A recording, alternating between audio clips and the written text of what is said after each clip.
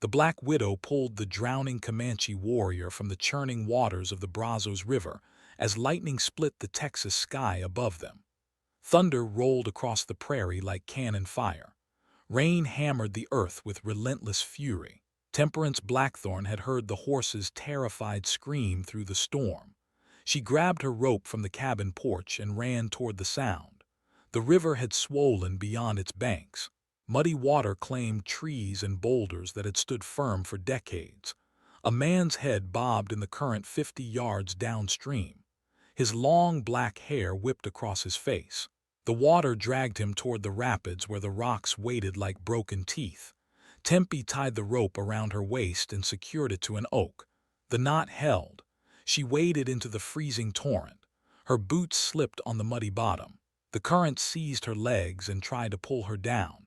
The warrior went under. She dove forward and felt his buckskin shirt brush her fingertips. The rope burned across her ribs as the river yanked her downstream. Her lungs screamed for air. She surfaced and gasped. There. His hand broke the surface 10 feet away. Tempe fought against the current and grabbed his wrist. His body was limp and heavy, dead weight in the hungry water. She wrapped her arm around his chest and pulled.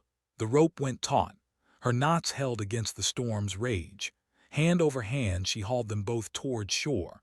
Her shoulders burned. Her fingers cramped around the rope. The warrior's head lolled against her shoulder. No breath stirred in his chest. The bank rose before them like salvation. Tempe dragged him onto solid ground and rolled him onto his back. Water streamed from his nose and mouth. His lips were blue in the lightning's glare. She pressed her ear to his chest and heard nothing but silence. She tilted his head back and breathed life into his lungs. Once, twice. His chest rose and fell with her efforts. She pressed her palms against his ribs and pushed. Water bubbled from his mouth. Again she breathed for him. The storm raged overhead, but her world had narrowed to this moment, this breath, this heartbeat that must come. His body convulsed. He turned his head and water poured from his lungs. A cough rattled in his chest, then another. His eyes opened. Dark eyes met hers in the lightning's flash. Something passed between them that had no name. Recognition without memory, understanding without words. He tried to speak but only managed a whisper. She leaned closer to hear him over the storm. "Thank you." His voice carried an accent that softened the English words. His eyes studied her face with an intensity that made her breath catch. Not the casual gratitude of a stranger, something deeper, more deliberate. "You saved me." Lightning revealed the strong lines of his face, high cheekbones and a jaw carved from granite. A scar ran along his left temple where some old battle had marked him, but his eyes held gentleness that surprised her. "Can you stand?" He shook his head slightly. Exhaustion weighed on him like stones. The river had taken everything he had to give. Tempe slipped her arm under his shoulders and helped him sit.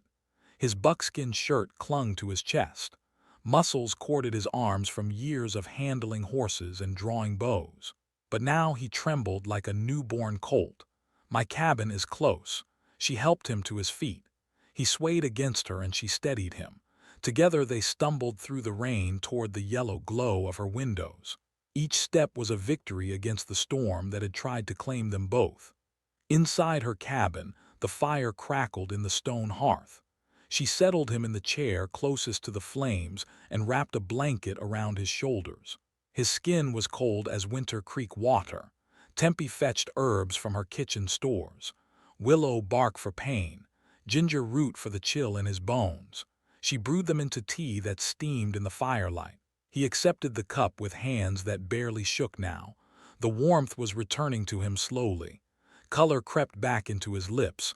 "What is your name?" "Temperance." She paused, "But most folks call me Tempe." He nodded as if her name meant something to him, as if he had been waiting to learn it. "I am Ayench." Ayench Crow Feather. The way he spoke his name carried pride and history, stories that stretched back through generations of his people, stories that had nearly ended tonight in the Brazos River. "You have strong medicine, Temperance." The water spirits listened to you. She had never thought of her healing skills that way. Medicine was practical, useful. something that kept people alive when sickness or accident tried to take them. But in his words, it became something more, something sacred. Ayench sipped the tea and watched her move around the cabin. She felt his eyes following her as she stoked the fire and hung his wet shirt near the hearth to dry. The attention made her aware of herself in ways she had almost forgotten. The storm began to ease outside. Thunder rolled away toward the eastern hills. Rain gentled from hammering to pattering against the roof. "Your horse." "Gone." He said it without bitterness. Loss was part of life on the frontier. You learn to let go of things the land took from you. "I will find you another way home tomorrow." He nodded, but his eyes never left her face. Something was working behind those dark eyes, some thought or decision taking shape in the firelight. Tempe busied herself preparing a bed for him on the floor near the hearth, blankets and furs that would keep him warm through the night. When she looked up, he was still watching her with that same intense focus. "Sleep now. You need rest." Ayench stood slowly and moved toward the makeshift bed. At the edge of the firelight, he turned back to her. "I will see you again soon, brave woman. What I owe you cannot be repaid with words alone." Something in his voice made her pulse quicken. A promise that felt larger than gratitude, larger than the simple debt between strangers. Before she could ask what he meant, exhaustion claimed him. He settled onto the blankets and sleep took him like a gentle tide. His breathing deepened into the rhythm of true rest. Tempe sat in her chair and watched the fire burn low. Outside, the storm was dying. Inside, something new was stirring to life. Something that began the moment their eyes met in the lightning's glare. She did not sleep that night. Instead, she listened to the steady sound of his breathing and wondered what tomorrow would bring. What debt he felt he owed her. What promise lived behind those words. Dawn came gray and soft through her windows. Ayench woke as the first birds began to sing. He moved with the fluid grace of a man accustomed to wilderness. His strength had returned with sleep. His shirt was dry now. He pulled it over his head and laced the front with practiced movements. Every gesture was efficient and purposeful. "The trading gathering is today." Tempe nodded. The monthly meeting where all the local communities came together. Former slaves and Mexican settlers, white homesteaders and Comanche bands. A careful peace maintained through commerce and mutual need. "I will see you there." He paused at her door and looked back one final time. That same intensity burned in his eyes, the same sense of decision made and purpose chosen. Then he was gone into the morning mist, walking toward whatever waited for both of them at the trading grounds. The trading grounds sprawled across the meadow like a temporary city. Canvas tents and wooden stalls formed loose rows between the cottonwood trees. Smoke from cooking fires drifted on the morning breeze. The scent of roasting corn mixed with leather and horse sweat. Tempe arrived with her medicine basket slung across her shoulder. Dried herbs rustled in their paper packets. Glass bottles clinked softly with each step. People nodded as she passed. Her healing skills had earned respect from every community that gathered here. She set up her stall near the creek where the light was good. Willow bark for pain, chamomile for sleepless nights, echinacea for the fevers that came with changing seasons. Each remedy organized with the precision of someone who understood that medicine was the difference between life and death. The Comanche arrived as the sun climbed higher. Their horses moved with the fluid grace of water over stone. Riders sat straight-backed and alert. Eyes that missed nothing scanned the gathering crowd. Tempe found herself searching the faces, looking for the man who had filled her thoughts through the sleepless night, wondering if the intensity she remembered was real or born from storm and firelight. Ayench rode near the front of the group. He had borrowed a paint horse that danced beneath him with barely contained energy. His dark hair was braided with leather and small bones. War paint marked his cheekbones in lines that spoke of courage and honor. He looked different in daylight, stronger, more commanding. The vulnerability she had seen by her fire was hidden now behind the mask of a warrior, but his eyes found hers across the meadow. The same recognition flared between them, the same unspoken understanding that defied explanation. The trading began with ceremony, elder voices speaking words of welcome and peace, pipes shared between community leaders, the careful rituals that kept this fragile harmony intact.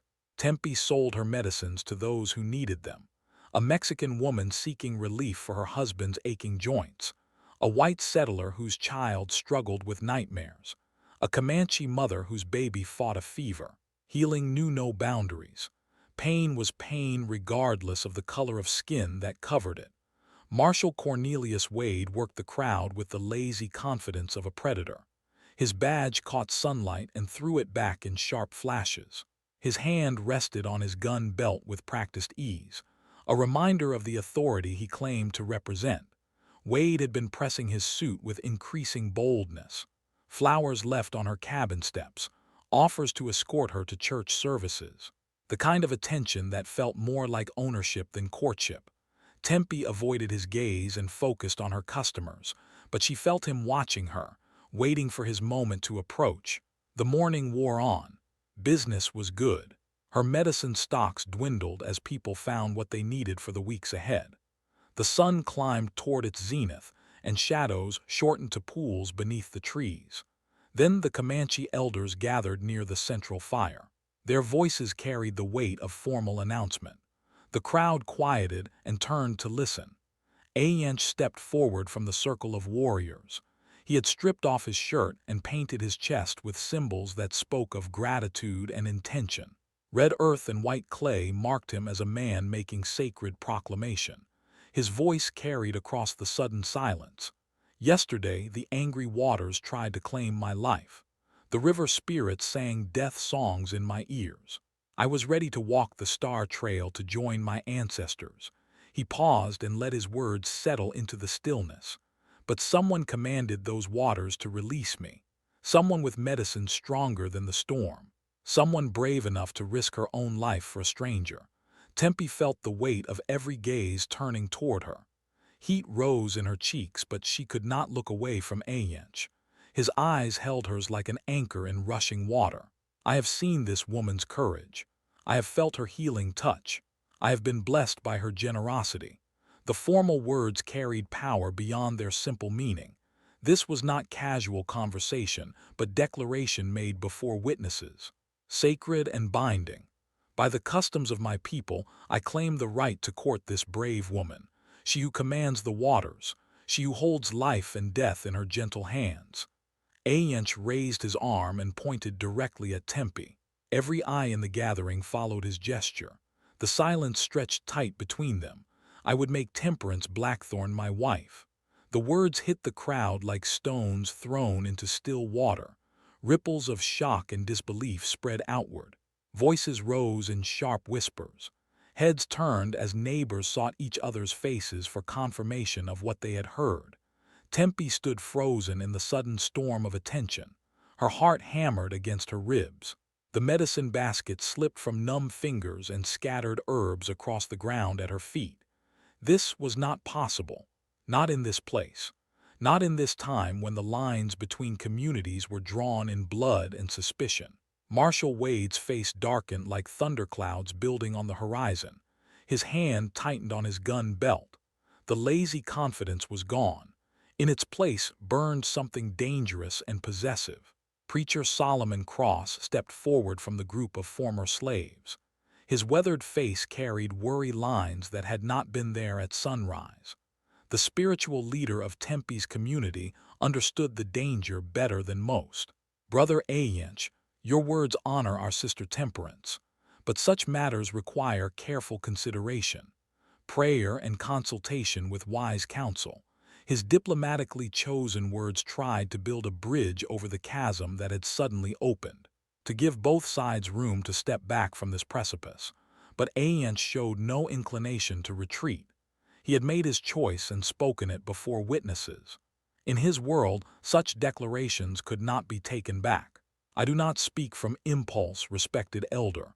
I have prayed to the spirits and received their blessing. This woman saved my life. Now I would dedicate that life to her protection and happiness. The formal courtesy of his response only emphasized the steel beneath. This was not a young man's infatuation, but a warrior's deliberate decision. Nadua iron will push through the circle of Comanche elders. Ayenche's aunt carried authority that even warriors respected. Her face was carved from granite and showed no mercy for foolish nephews. You shame yourself and your family with this display. Have you forgotten the honor of your first wife so quickly? The words cut deep. Ayench flinched but did not back down. Grief and guilt warred in his expression before discipline reasserted control. I dishonor no one by choosing to live again, by choosing to love again. My heart has been empty too long. Tempe found her voice at last. The attention felt like sunlight focused through glass, burning and impossible to ignore. I need time to consider this offer. It honors me, but such decisions cannot be made in haste. Relief flickered across several faces in the crowd, a reasonable response that offered everyone a chance to step back from the brink. Ayench nodded with the grave courtesy he had shown since the beginning. I will wait for your answer, Temperance Blackthorn. Take what time you need. My intention will not change, but the damage was done. Lines had been drawn that could not be erased, sides chosen that would not be easily abandoned. Marshal Wade pushed through the crowd with the determined stride of a man whose authority had been challenged. His boots scattered Tempe's fallen herbs like worthless weeds. Miss Blackthorn, I think we should discuss this matter privately. There are considerations that need to be addressed before any rash decisions are made. The threat in his voice was barely concealed. Tempe saw the trap closing around her with crystal clarity. Wade would not let another man claim what he considered his prize. Not here, Marshal. Not now. She gathered her scattered medicines with hands that barely trembled.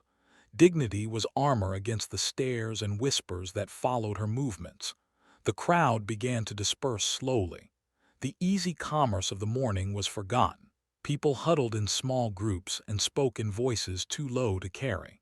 The careful peace that governed these gatherings had cracked down the middle. Tempe walked toward her horse with measured steps. Every instinct screamed at her to run, but she would not give them that satisfaction. Behind her she felt the weight of watching eyes, measuring her, judging her, waiting to see what choice she would make. At the edge of the meadow she paused and looked back. Ayench stood where she had left him, still painted for ceremony, still proud despite the storm his words had unleashed. Their eyes met one last time across the distance. In his gaze she saw patience and determination, the quiet strength of a man who had chosen his path and would not be turned from it. But she also saw the price they would both pay, the communities that had been split by his declaration, the careful balance that had been shattered by their connection. As she rode home through the afternoon heat, three impossible choices crystallized in her mind. Accept Ayench and watch both their worlds burn, marry Wade for protection and lose her soul, or flee into the wilderness and abandon the only home she had ever known. Behind her, the trading ground emptied slowly, but the words spoken there would echo through every cabin and campfire for miles around. Choices had been made that could not be unmade. Hearts had been revealed that could not be hidden again. The wind carried dust across the empty meadow. By evening only the ashes of cooking fires remained. But the consequences of this day would smolder long after the last ember died. 3 days passed before Ayench appeared at Tempe's cabin. She was grinding willow bark in her mortar when his shadow fell across her doorway. No horse, no ceremony, just a man standing patient as stone in the morning light. He carried wildflowers in his calloused hands, prairie roses and Indian paintbrush gathered from the meadows beyond the settlement. Their petals held dewdrops that caught the sun and threw back tiny rainbows. For your healing garden. She accepted the flowers and felt their fragile stems against her palms. Beauty offered without expectation, a gesture that spoke of understanding rather than possession. They are lovely. He nodded toward the broken shutter that hung crooked beside her window. Storm damage from the night they met. Wood warped and split where the wind had torn it loose. I could repair that. She studied his face for signs of calculation. Men often offered help as payment for future favors, but his eyes held only genuine desire to be useful. I would appreciate that. Ayench worked with the focused precision of someone raised to value craftsmanship.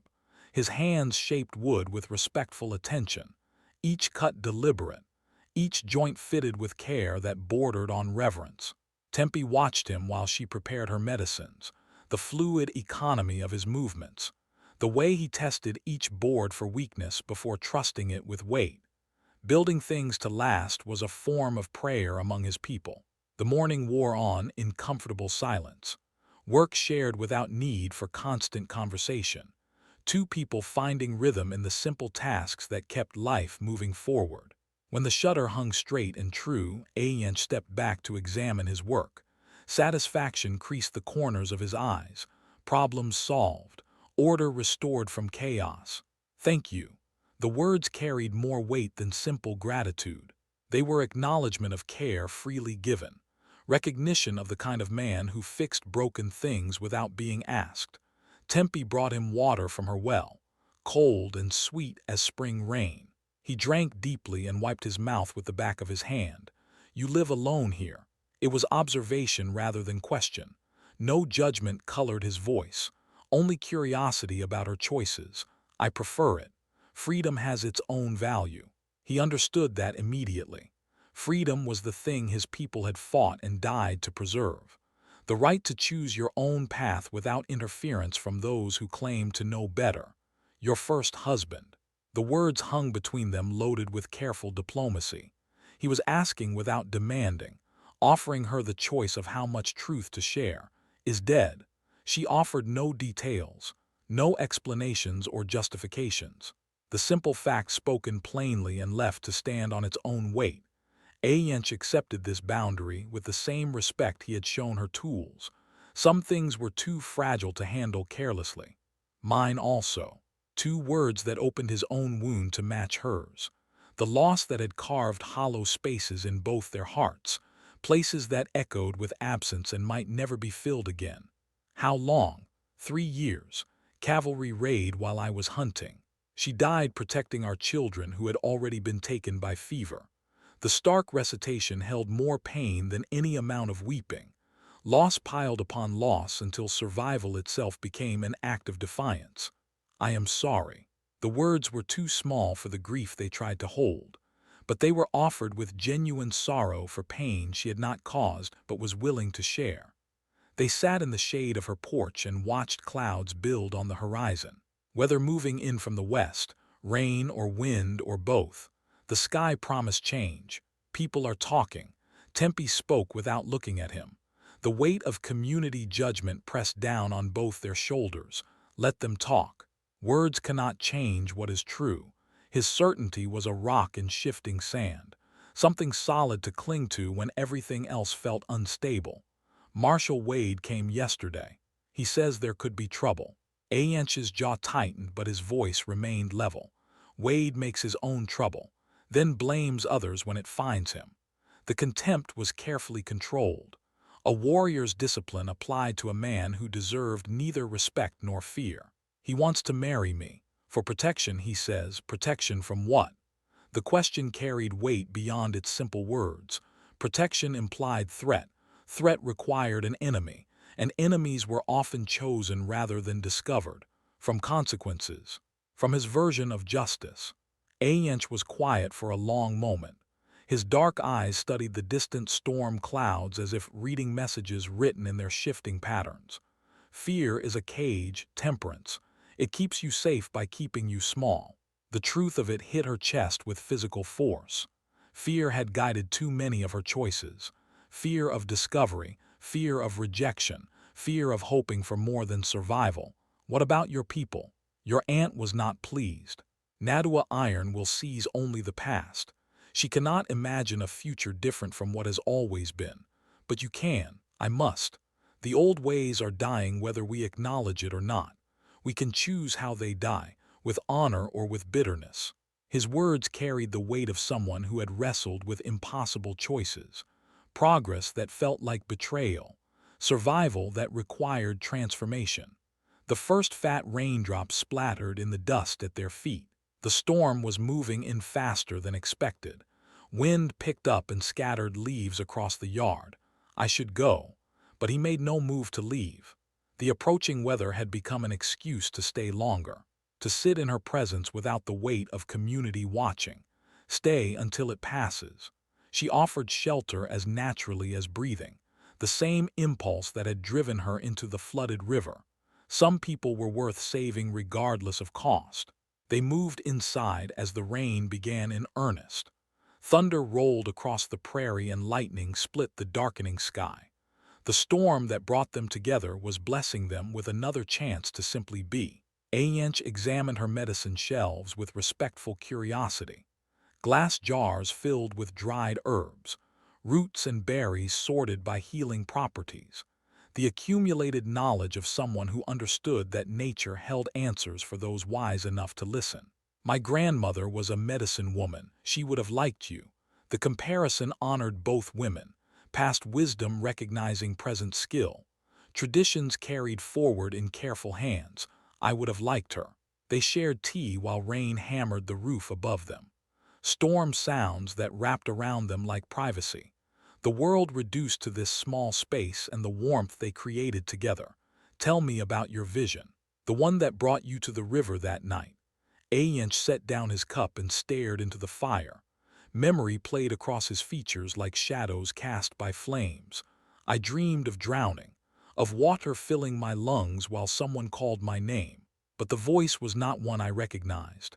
Now you know whose voice it was. Yes, the spirits were preparing me, showing me the path even before I chose to walk it. Their eyes met across the small table.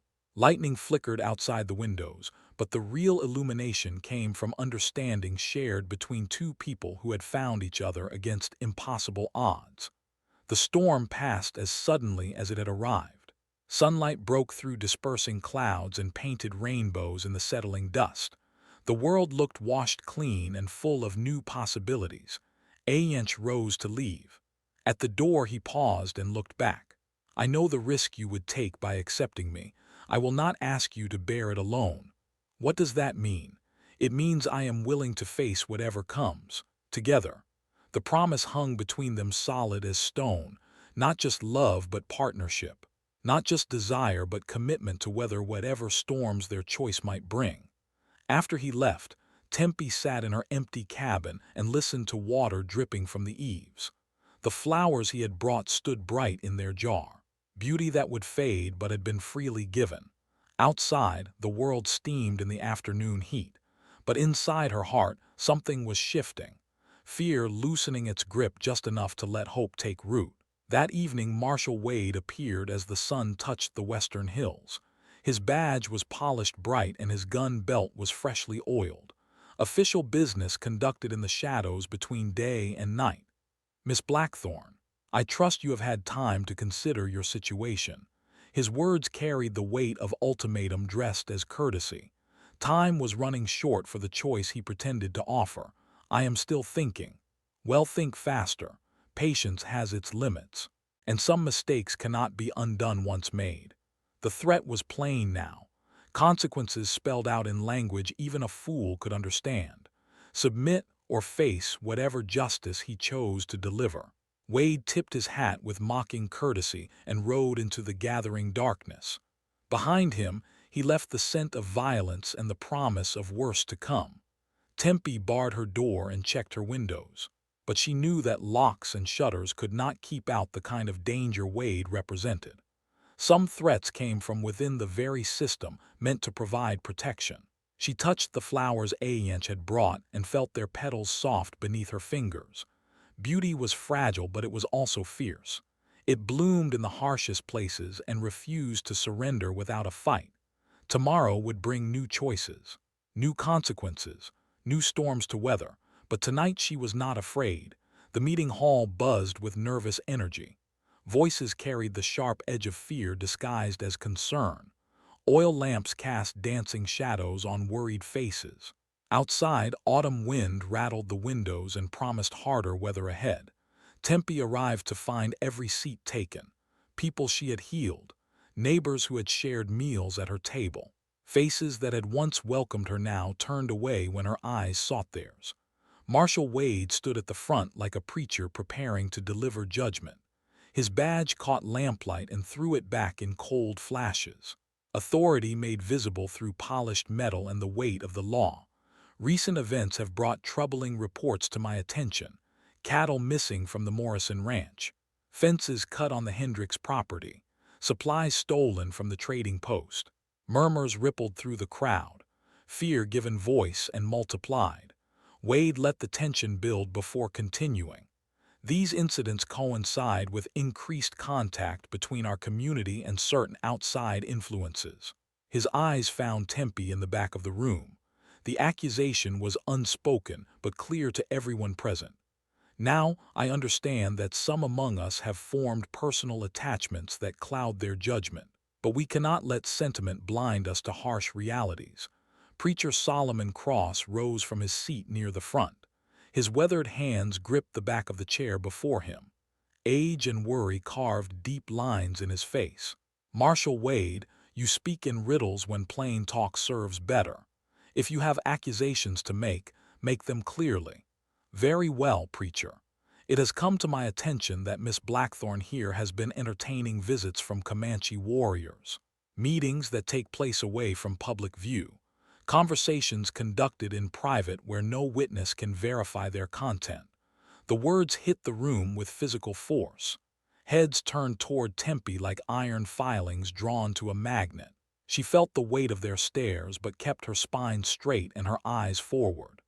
Furthermore, I have reason to believe that information about our community's defenses and resources may have been shared during these clandestine encounters.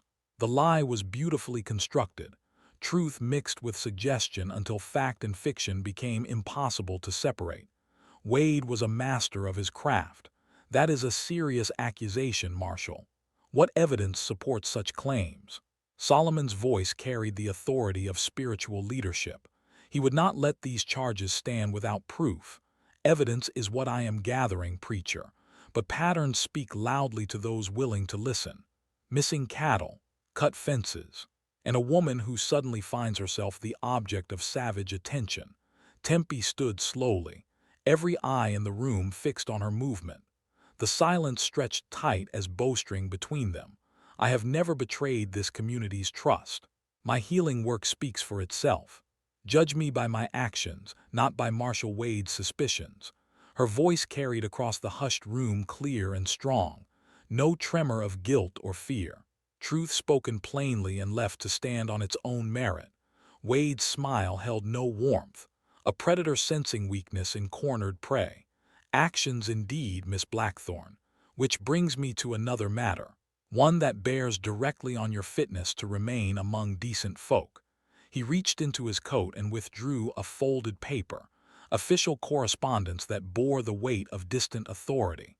This telegram arrived yesterday from Mississippi. It seems our Miss Blackthorne has been using a false name. Her real identity is somewhat more colorful than she has led us to believe. The paper crackled as he unfolded it, every sound amplified in the expectant silence. Her given name is Sarah Clemens, wanted for the murder of plantation overseer Marcus Flint. The crime occurred 18 months ago near Vicksburg. The reward for her capture is $50. Gasps echoed through the room. Faces that had shown mere suspicion now reflected shock and revulsion, fear of association with a wanted killer. Tempe felt the world tilt beneath her feet, the careful life she had built crumbling around her words, the identity she had crafted dissolving under the harsh light of exposure. Murder is a serious charge, but charges are not convictions.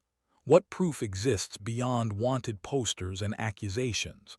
Solomon's defense surprised her, his willingness to stand between her and the mob's judgment. Faith offered when she had no right to expect it. Proof will be determined by proper authorities, preacher. My duty is simply to maintain order until those authorities can take custody of the accused. Wade's words carried finality, the trap closing with mechanical precision. Guilt assumed and punishment already decided. I killed Marcus Flint. Tempe's voice cut through the rising murmur. Silence fell like a hammer blow, every breath held in collective shock. I killed him because he would have killed me first. After he finished what he intended to do, the words carried weight beyond their simple meaning. Truth stripped of pretense and offered without apology. He cornered me in the tool shed, tore my dress, put his hands where they had no right to be, so I defended myself with the only weapon I could reach. Each sentence fell into absolute stillness. Reality too harsh for comfortable dismissal. Justice too complicated for easy judgment. I am not sorry he is dead. I am sorry I had to be the one to kill him. Wade's smile widened. Victory achieved through the target's own confession. No need for trials or evidence when guilt was freely admitted. There you have it, folks. Murder confessed before witnesses. My duty is clear. But before he could continue, another voice cut through the tension. Quiet words that carried unexpected authority. Your duty is to the truth, Marshal, not to convenient accusations. Every head turned toward the speaker. Ayench stood in the doorway with rain dripping from his hair. He had come through the storm to be present for whatever judgment fell. His dark eyes swept the room and found Tempe's face. No condemnation there, no rejection or disgust. Only the steady regard of someone who saw past surface accusations to deeper truth. I know this woman's heart. I have seen her courage and felt her compassion. If she killed a man, that man deserved killing.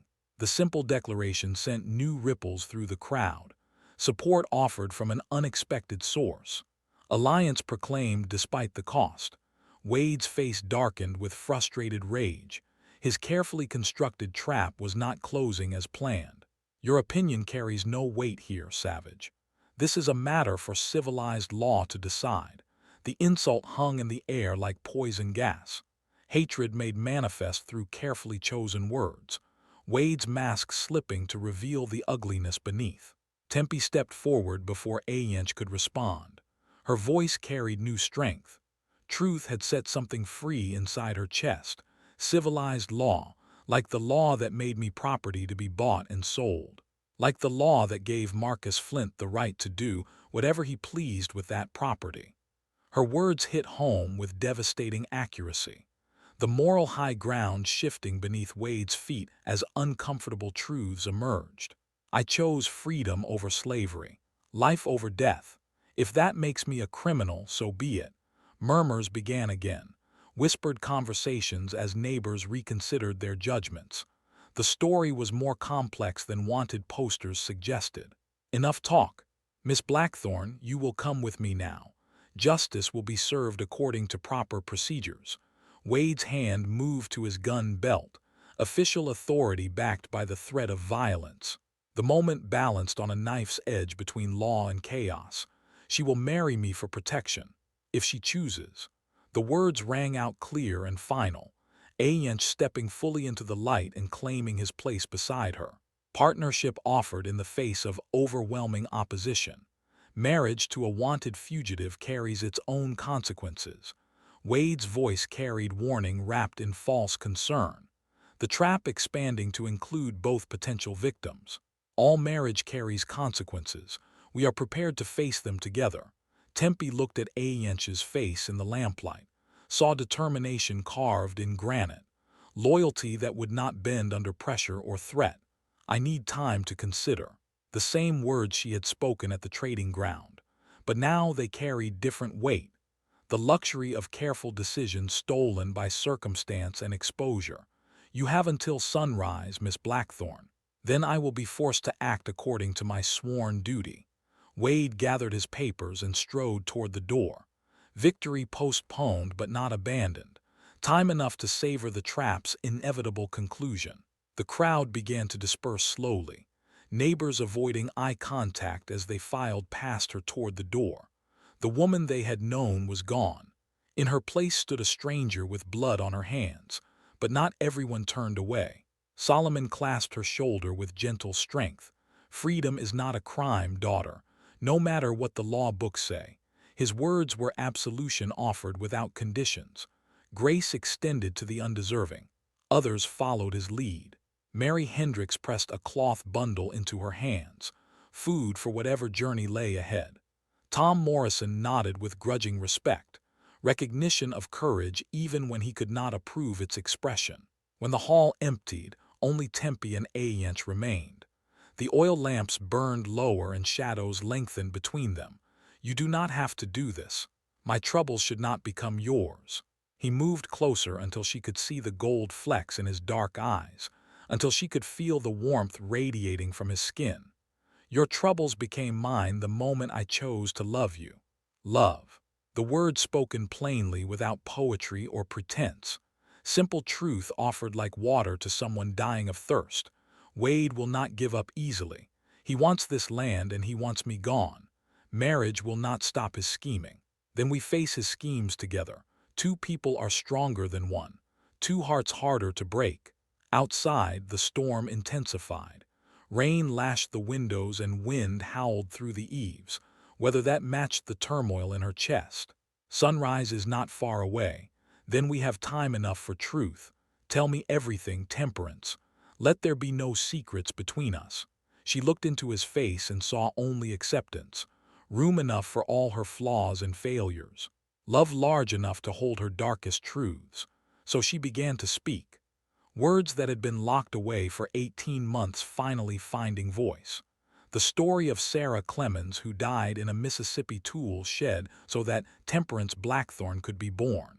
And Ayench listened without judgment as the oil burned low and dawn approached with its demand for impossible choices. Dawn broke gray and bitter over the settlement.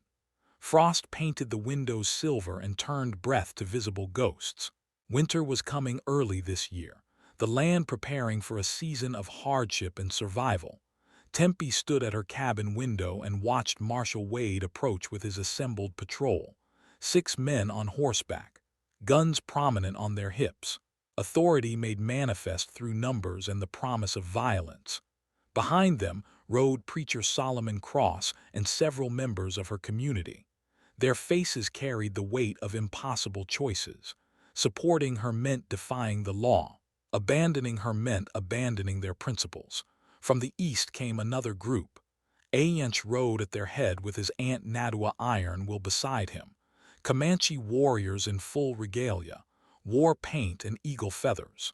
Ancient symbols of strength meeting modern threats. The two groups converged in the yard before her cabin, tension thick as storm clouds building on the horizon. One wrong word would spark violence that could destroy everything both communities had built. Wade dismounted with theatrical authority. His badge caught the morning light and threw it back in sharp reflections. Official justice backed by righteous anger and carefully manufactured outrage. Miss Blackthorn, step outside. Your time for consideration has ended. She opened the door and walked onto her porch with measured steps, dignity armor against the stairs and whispers. Behind her came Ayench, silent support that needed no words. I have made my choice. Wade's smile held no warmth. Victory anticipated and savored in advance. Sensible decision. Justice delayed is justice denied, but justice served cleanly benefits everyone. His confidence was a monument to self-deception, the trap so perfect in his mind that failure seemed impossible. I choose to marry Ayench Crow Feather according to the customs of both our peoples. The words hit Wade with physical force. His smile cracked and fell away. Rage flickered behind his eyes before control reasserted itself. Marriage to a fugitive offers no protection under the law. My duty remains unchanged. Then fulfill your duty, Marshal. But understand that any action against my wife is action against my people. Ayench's voice carried the weight of formal declaration. Lines drawn in language that left no room for misunderstanding. Your threats carry no legal authority here, Savage. This woman is wanted by the state of Mississippi. I am bound by federal law to return her for trial. Is that so? The new voice came from the edge of the gathering. Soft words that cut through tension like a blade through silk. Every head turned toward the speaker. An elderly woman sat her horse with the straight spine of someone accustomed to command. Her gray hair was pulled back in a severe bun. Her dark clothing spoke of mourning or authority or both. Nadua Iron Will had been silent through the confrontation, watching, listening, gathering information with the patience of a hunter studying prey. You claim federal authority, Marshal Wade. But federal authority requires federal documentation, official warrants, proper procedures followed to the letter. Her English was precise and formal, each word chosen with the care of someone who understood that language was power. I have all necessary documentation. Wade's hand moved toward his coat pocket, confidence wavering but not yet broken. Do you indeed? Then perhaps you can explain why the federal marshal's office in San Antonio has no record of your requests for extradition papers. Silence fell like a stone into still water. Wade's hand froze halfway to his pocket, the trap suddenly becoming a cage around the trapper. How could you possibly know that? Because I wrote to them myself 2 weeks ago, when I noticed cattle disappearing from ranges near Comanche territory.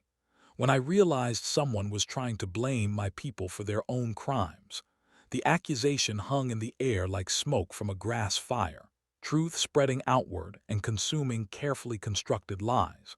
You have been stealing cattle and blaming the thefts on savage raids, using fear to justify seizing valuable land for yourself and your associates. Wade's face darkened with frustrated rage, his carefully crafted plan unraveling thread by thread. Preposterous accusations from a savage woman. No court would accept such testimony. Perhaps not, but they might accept testimony from a federal marshal. Another new voice joined the conversation, clear and calm with the authority of genuine law behind it. A man stepped from the group of riders behind Nadwa. His badge was silver and carried the weight of real federal power.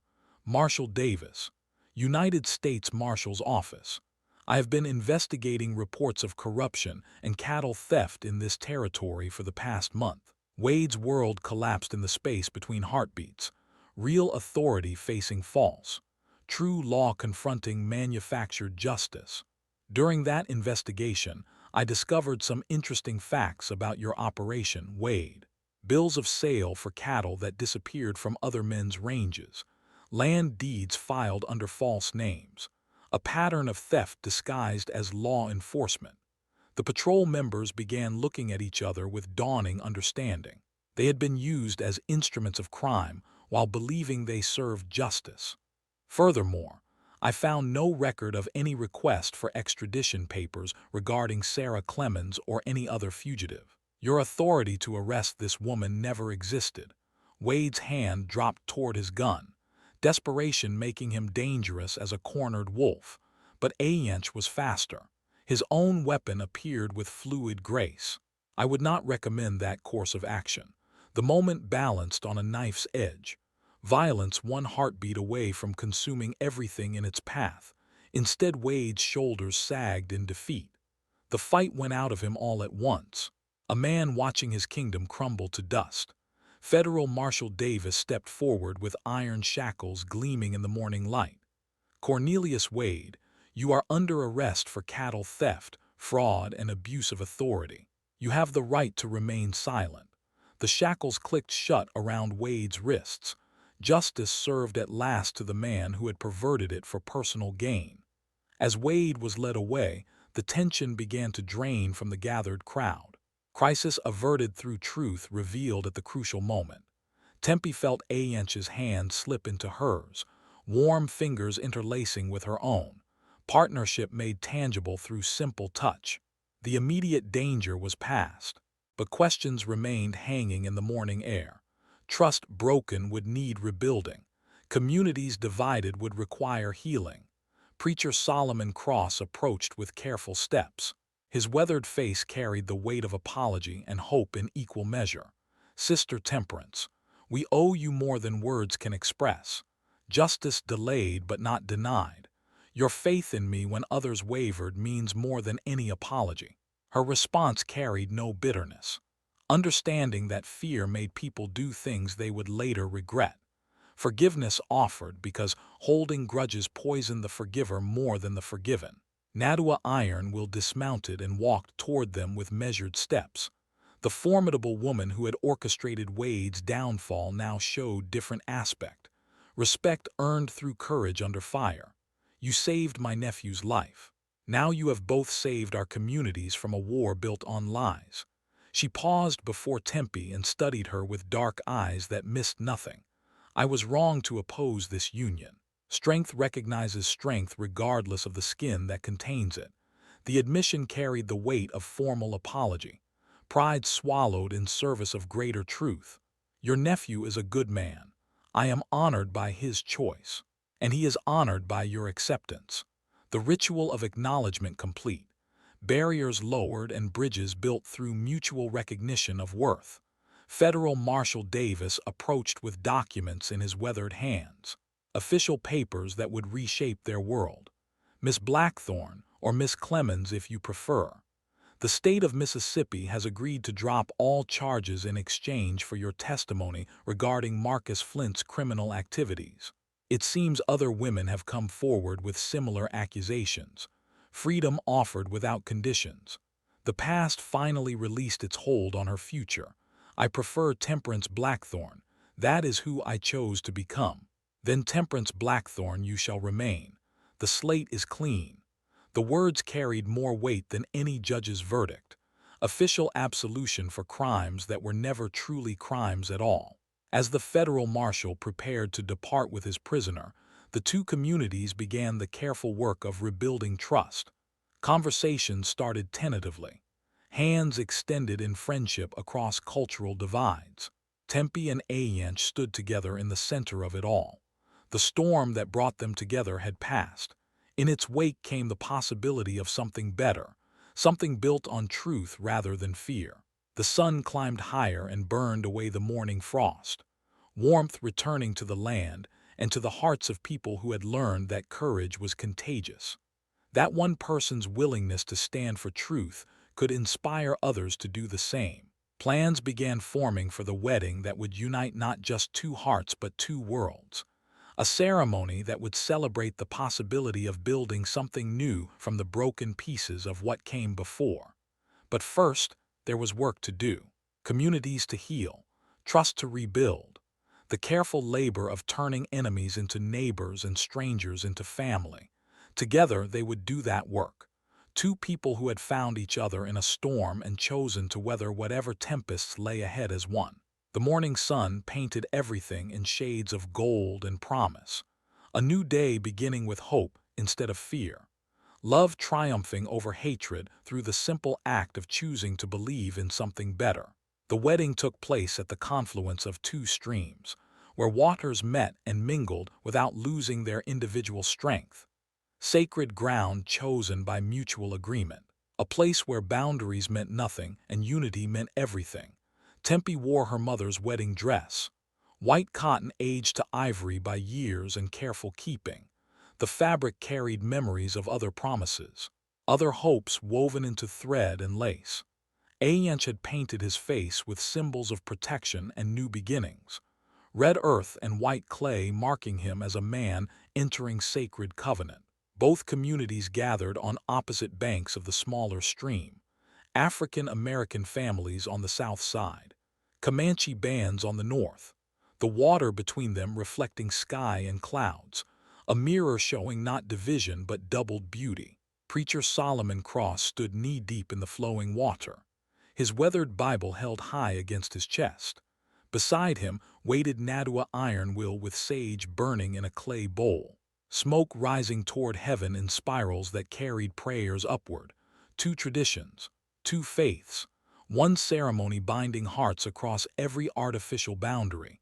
Tempe walked into the water from the south bank, each step deliberate and measured. The current tugged at her dress hem but could not slow her progress. Behind her came voices raised in an old spiritual, freedom songs transformed into wedding hymns. Ayanch entered from the north bank, his bare chest painted with symbols that spoke of courage and commitment. Eagle feathers braided into his hair caught sunlight and threw it back in brilliant flashes. Behind him, drums beat ancient rhythms.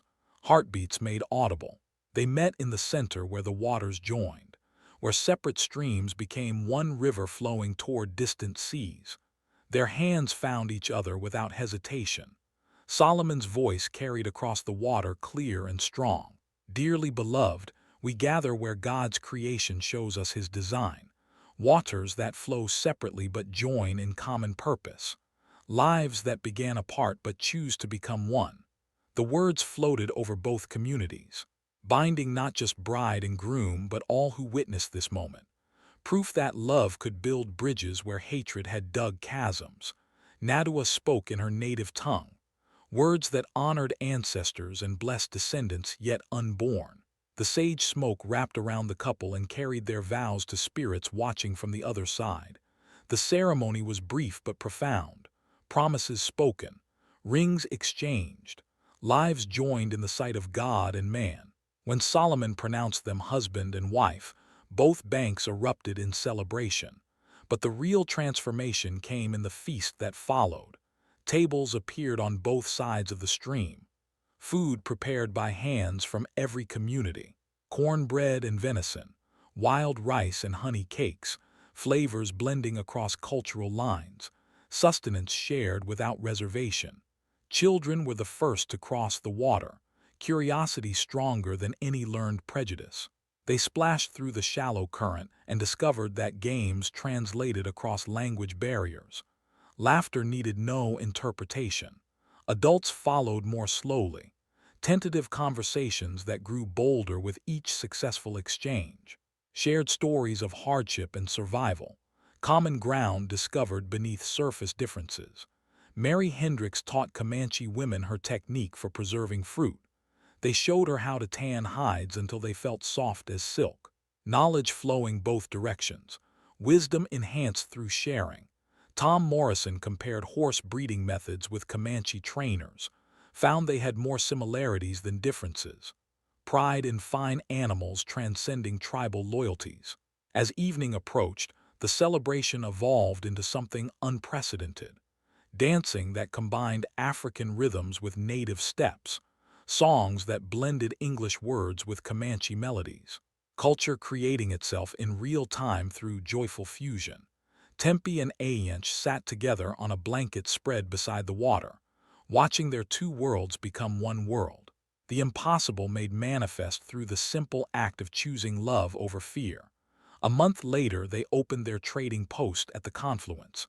The building rose where the ceremony had taken place, walls that welcomed everyone regardless of origin or appearance, neutral ground where commerce flourished without prejudice. Tempe's healing practice expanded beyond anything she had imagined. People traveled from distant settlements seeking her medicines and her wisdom. She trained apprentices from both communities. Knowledge passed forward to willing hands. Ayench managed the trading side. His diplomatic skills and reputation for fairness drew customers from across the territory. The post became a meeting place, a center where different peoples could interact safely. Federal Marshal Davis stopped by regularly during his rounds. The arrest of Wade had exposed a larger network of corruption.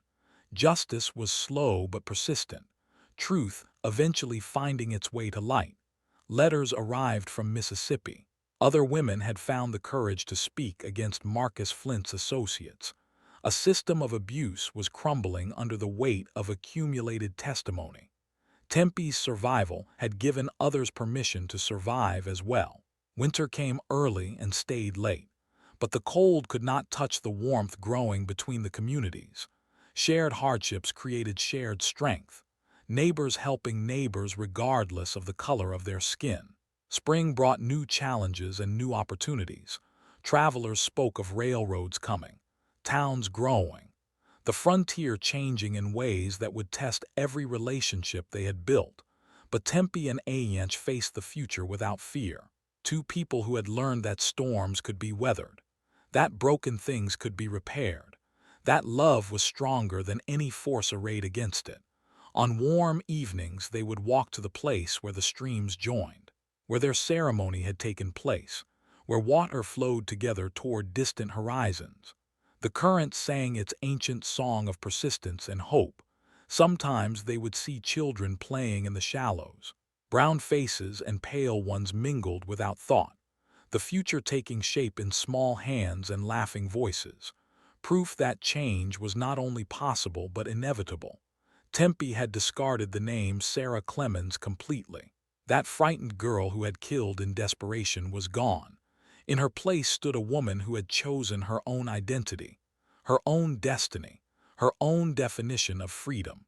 Ayench spoke often of dreams where his first wife smiled and gave her blessing, the dead releasing their hold on the living, permission granted to build new happiness on foundations of remembered love.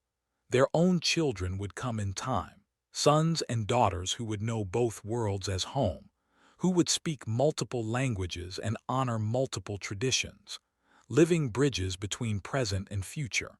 But for now, it was enough to stand together at the water's edge, to watch the streams join and separate and join again, to know that they had chosen correctly when choice seemed impossible. The Black Widow had pulled the drowning warrior from the flood, but in saving him, she had saved herself. In choosing each other, they had chosen a path toward something better, something built on hope instead of fear. The water flowed past their feet carrying stories toward the sea, stories of courage and love, of communities learning to see past surface differences to deeper truths, of two hearts that had found each other in the storm and refused to let go. Above them, stars emerged as daylight faded, ancient lights that had witnessed countless other beginnings, other couples who had dared to believe in tomorrow despite today's hardships. The river sang its eternal song, water finding its way around obstacles, persistence made liquid, hope flowing toward distant oceans where all boundaries dissolved into endless possibility. And that is all to the story, for now. Please let me know where you are tuning in from. Perhaps we will create a story there. Consider liking this video and subscribing to our channel. And if you enjoy our content, click this video on your screen. I promise you it's worth watching. See you tomorrow.